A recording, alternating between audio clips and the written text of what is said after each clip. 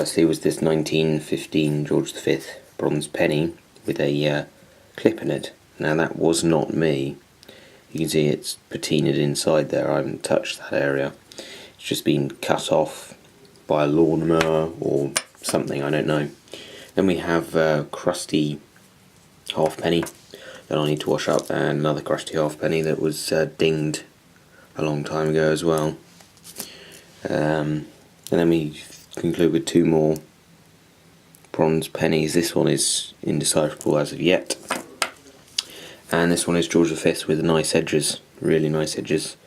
George V, some date, but you can see where it's corroded slightly, so I might need to do further work on that. But here they are before I've washed them up, and I'll show you what they look like afterwards. Guys, as promised, here they are cleaned up, and the first coin was this 1915 George V penny that had its edge cut. As you can see there, it is patinaed inside, and there was no other part present in the hole. It was just lost when it was cut by a lawnmower or something of similar force. Then I had the George V halfpenny, dated 1925, again being struck by a similar object to cause a ding at the top. This one is a really rough George VI. You can see it's corroded, the top surface is corroded. It's dated 1943. Then we have a George VI penny that is dated 1940. It does have a bit of corrosion on the head that I'll carefully try to remove. Finally, we have the most gorgeous George V penny, one of the most gorgeous ones I've ever seen. Patina on it's beautiful, it's soft, the edges are soft, almost perfect, this coin, apart from just a bit of corrosion there. Dated 1920, an absolutely beautiful coin. But those are the 5 old coins found today. See if I can get some more hunts in. Okay guys, back for another hunt, and as you can see there, this is what I found. First signal I got was this. It is a George VI halfpenny, beautiful condition, ship halfpenny, and I believe the date is 1937, but again I need to wash it up, but I'll show you the finds before I wash them up, apart from the clad, which I'll get onto later. Now we move on to this. This site seems to have some sort of a lawnmower or something that just goes round at various points in history, in recent history as well, and has attacked various coins that I found there. Quite a few have been dented on the edges, as you saw from the last section of hunt. There was one that had been totally clipped off, but this one has suffered a massive knock, as you can see on the reverse, but it is a George V penny. Then we got another penny. This one's a lot later. It's the final issue, Elizabeth II. It'll date from the 1950s, but more likely it'll be early 60s, 1963, 4, 5, 7, that sort of thing. And the final old coin I found today was this George V. You can just about see there, halfpenny. Again, I don't know the date, through on any of them, but I'll wash them up. And here's the clad. We all know what clad is, so I've already gone ahead and washed it up. But we got 5 copper pennies, all pre-1992, £2 coins, including one that was dropped very recently, 2008. Still has the original goldish colour that they should be in circulation, but it is starting to go. And we have a copper 2p, don't know why I'm picking up, but copper 2p pre-1992. Here's all the finds before they're washed up, bar them, but the old coins are now washed up, and we'll see what they are. Guys, as promised, here are the finds. The first one is a slightly corroded George VI 1939 halfpenny, but as you can see it's got a lovely patina on the reverse. Then we move on to the penny that appears to have been shot by either a .22 round or something. I know of a wartime presence here in the area I'm searching, but it appears that this is fallen fate of target practice, and if it hadn't have been shot it would have been a very nice coin, because as you can see on the reverse the patina is gorgeous. It's a very high grade 1935 George V penny. Then we have a very much later 1964 penny, and you can see the difference in the patina of a pre-war coin and a post-war. And to conclude that hunt, we found this very, very nice George V, 1930 halfpenny. And you can see in the lighter areas where the corrosion stuck to it, the verdigris stuck to it, and it has damaged the patina slightly, but it's a very nice coin all the same. And I'm very happy with it. Now we'll move on to some further hunts. Well guys, I've got back from Germany, and this is my first hunt after coming back from Germany. A very, very successful hunt. It was 3.5 hours, 3.5, 4 hours. Again, this is at the site that I can't film at, but here are all the clad finds. There are 7 copper pennies pre-1992, 4 copper 2 pences, all pre-1992, 5 pences, all the modern ones post-1990, the smaller ones, 10 pence, 20 pence, pound coin, spendable, and 2 cut coins is cut 20p, and a cut copper penny as well, and a early decimal 10 pence, the big ones. There's the size difference. And moving on to the older coins, to start with, I got a George VI halfpenny, and then 2 George VI pennies, beautiful condition, 1940, 1938. Further halfpennies, George V, George V, George VI, and then the first silver of February for me, 1945 sixpence. Then we move on to further coins. George VI farthing, George V halfpenny, George VI penny, 1944, a early milled halfpenny, quite thick, so there might be some detail left on that. I need to wash that up. Another George VI halfpenny, George VI penny, and a crusty one at the end, which I suspect will probably be George VI as well. But the crowning glory of the day was this little beauty, stuck in the mud, as I have kept it, as I found it. You can see there the shine and the glint of what I suspect to be a gold ring. Beautiful, beautiful pattern on it. Somewhat posy ring like, but it wasn't that deep, so it's probably not too old, but it's slightly worn, and I'm almost certain this is solid gold.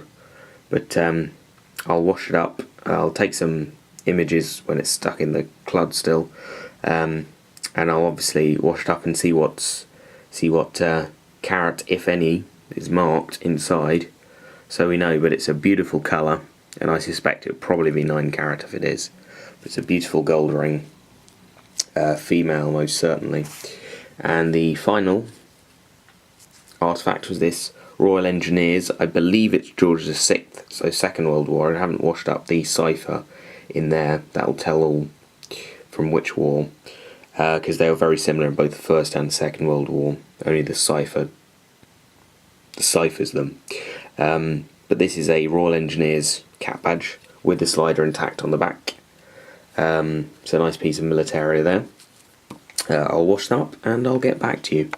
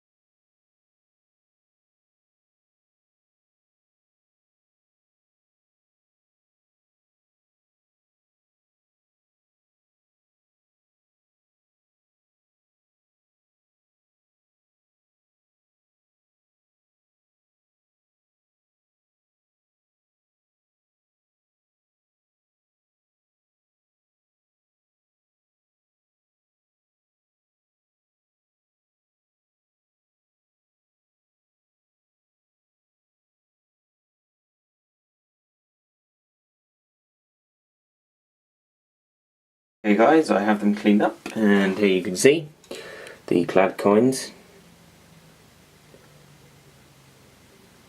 and the 2 cut 20p and penny and the old 10p. Moving on to the relics, a button, plain button, shank intact. Something I still need to research, Olva, some sort of top with lead in it. You can see at the side there's milling, so I believe it was a screw top of something. And the Royal Engineers cap badge turns out to be of George V, and therefore makes it of World War I era. It's in fantastic condition, slightly bent at the top there, but fantastic condition, complete with slider on the back. World War I cap badge. Moving on to the coins and precious metals. The ring did turn out to be gold, which is fantastic. It's only my second solid gold ring, besides the signet ring I found a couple of weeks ago. As you can see there, it is stamped 375, denoting 9 carat. Beautiful condition, beautiful design on it. 9 carat gold ring, beautiful, quite small, feminine, almost certainly. Then we have a 1938 halfpenny, George VI. 1940 George VI penny, nice condition. 1938 George VI penny, nice condition. Damaged by the lawnmower or the plough. 1925 George V halfpenny. 1916 George V halfpenny. 1938 George VI halfpenny. Then we move on to the only silver coin I found this month. Beautiful George VI sixpence, 1945 and date, 50% silver. And it was found in a pocket spill with this coin, which I'll get to in a minute. But these 2 coins were also found in a separate pocket spill. It's a 1945 farthing, George VI, and a 1929 halfpenny found in pocket spill. And then the outer coins, both the sixpence and the penny of George VI, were found very near each other. 1944 is the date of this penny.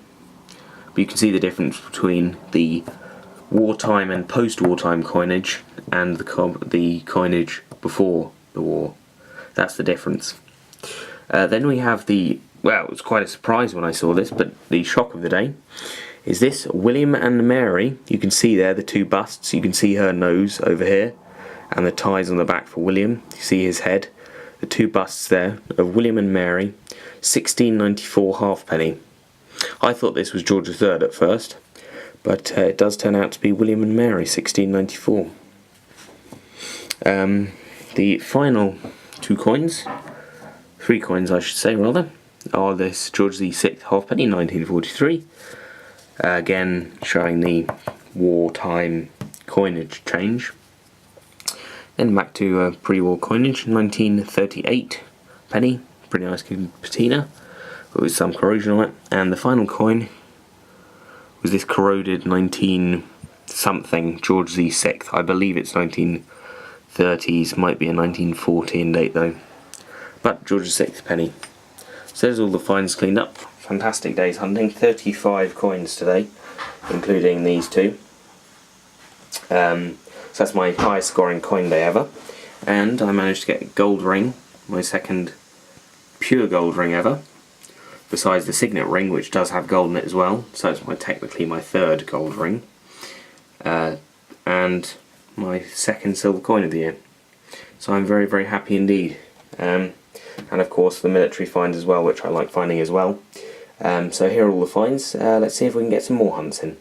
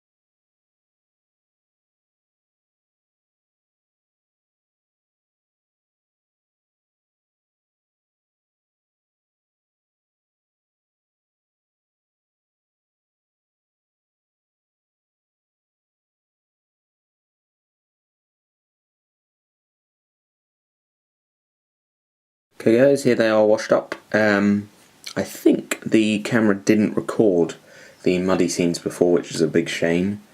But I'm sure you'll be able to trust me on the fact that these are dug up and not just placed here. This is the results from last Sunday's hunt at this unrecordable site. First coin here is a 1965 penny, and that was found in the same hole as this 1917 penny, which is very nice, patina, but slight edge corrosion and problems on the back as usual. It's typical for this site. They're either attacked by a lawnmower or have crust on them, and this one has both. It's crusty and it's been dinged. It's a 1937 George the sixpenny. There seems to be a very high percentage of the George the Sixth coinage dating from pre-war period, and I don't know why, but you do get the occasional during war coinage as well. This one was a 1937 threepence. Luckily the date survived, but it has been perfectly cut in half by this same machine or tool that exacted denting on this one. It's a George VI threepence, or was, brass, first year of issue, and it's been cut in half, and the rest of it is somewhere. Hopefully I may be able to find it, but I don't know. Then the next signal I got was another threepence dated 1943. Some of the coins do come into the war period, but most of them are early war, 1937, 37, that sort of thing. But this one is another one that bucks the trend. It's a 1943 halfpenny. Then we move up to some lovely coinage. Again, this one is damage from being knocked by the machine or whatever it was, but it's a very nice coin. Nice patina to it. George V, dated 1919 halfpenny. And then we have one of the half new pences, 1971 and later. The clad coinage, we have pound coin, spendable, good. 20 pence, 5 pence, the modern ones, copper 2 pence, just the one, and 8 copper pennies. A lot of them at this site, probably about 30 so far in the last 3 or 4 hunts that you've seen. Probably a slight over exaggeration there, but it feels like that with the amount I'm picking up, and I'm slowly building up the collection. I think I've already got over 100 pennies so far this year, and this site has aided them because they're predominantly copper coins, but I have been picking up a lot more iron coins that I don't film. They're just, as I'm going along, I just pick them up. They're all over the place, these iron coins. People regard them as trash at the moment.